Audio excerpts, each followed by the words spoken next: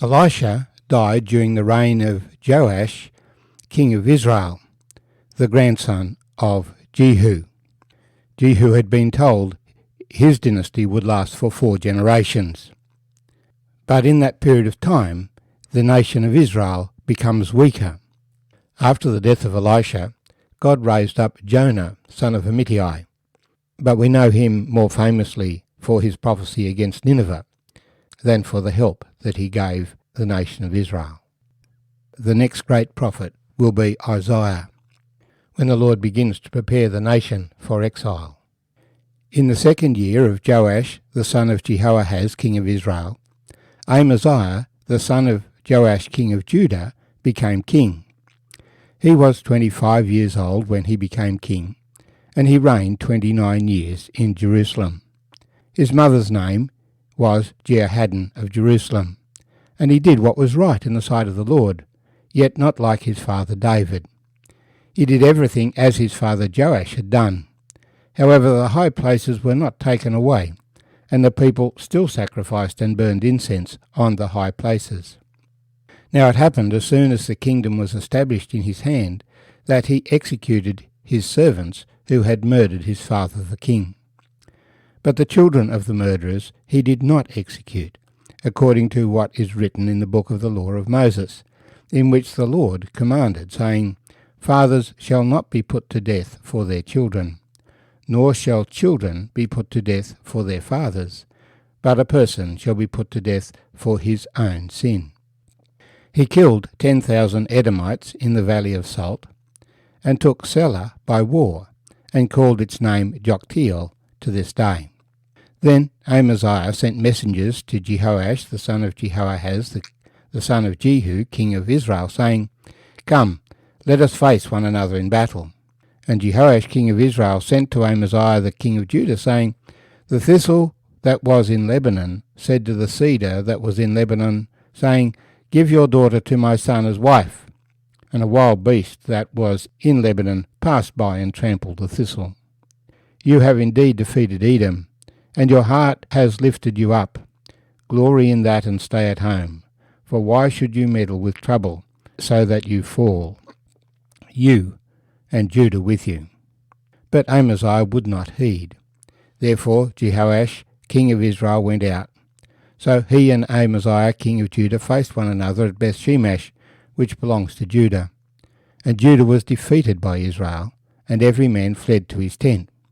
Then Jehoash, king of Israel, captured Amaziah, king of Judah, the son of Jehoash, the son of Ahaziah, at Bethshemesh. And he went to Jerusalem, broke down the wall of Jerusalem from the gate of Ephraim to the corner gate, 400 cubits.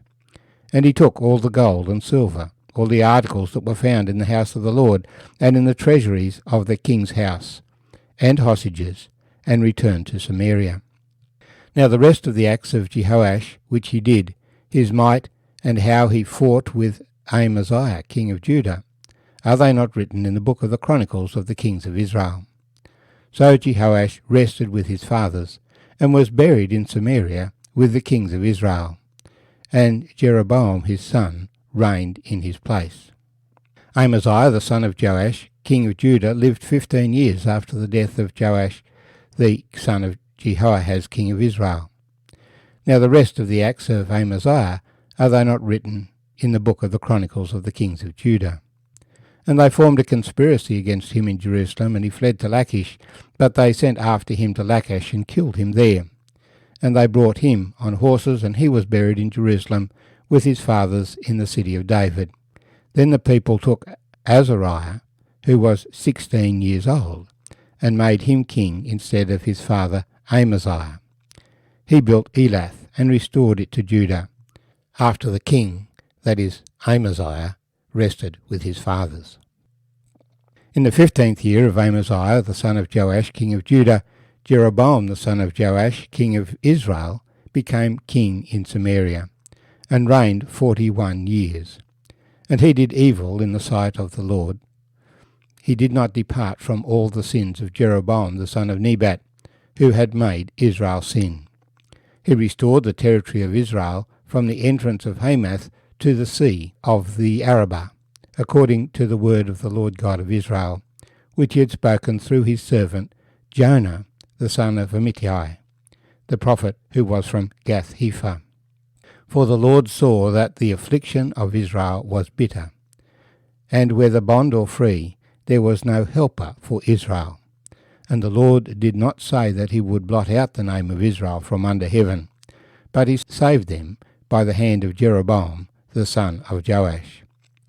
Now the rest of the acts of Jeroboam and all that he did, all his might, how he made war, and how he recaptured for Israel from Damascus and Hamath what had belonged to Judah, are they not written in the book of the Chronicles of the kings of Israel? So Jeroboam rested with his fathers, the kings of Israel, and Zechariah his son reigned in his place. My name's Arthur, and I thank you for joining me as we share together these verses from 2 Kings chapter 14.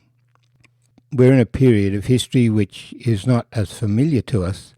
Now that we've had 150 years of the time of the kings, we all get a little bit confused about who's who and what's what, and we're not given a great deal of detail. Sufficient to say that Israel and Judah are still fighting Syria, but also in this chapter, Judah and Israel fight. And of course, Judah's fighting against Edom.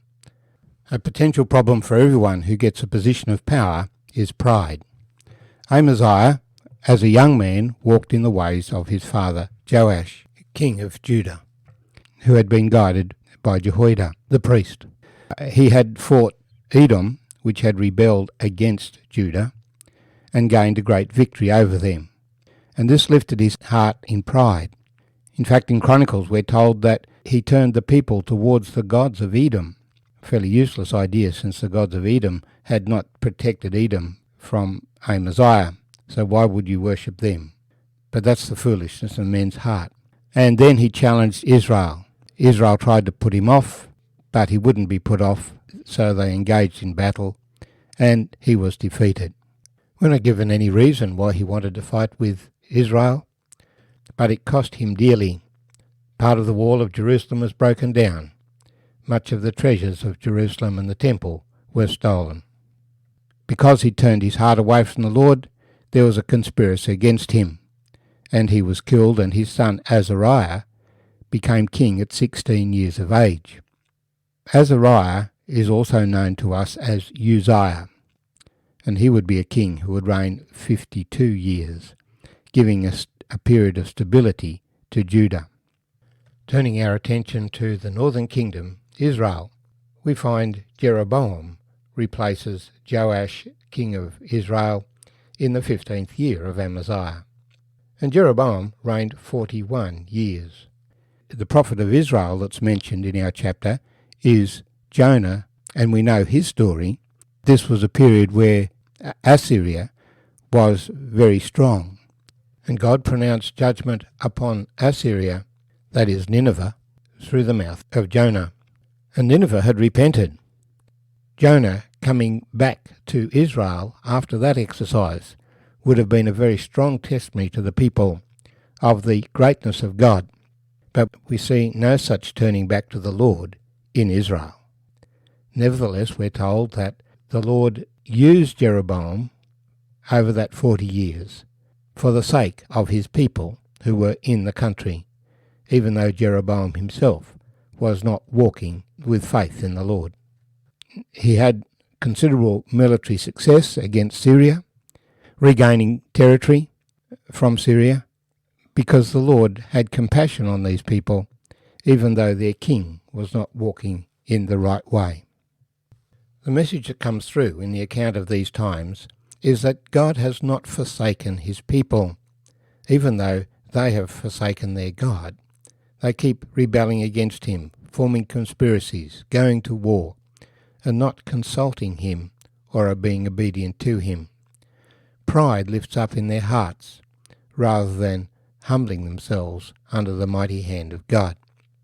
With the long reign of Jeroboam in Israel and Uzziah in Judah, there is a period of stability. But Jeroboam II is the fourth in the dynasty of Jehu, and trouble is brewing for the nation.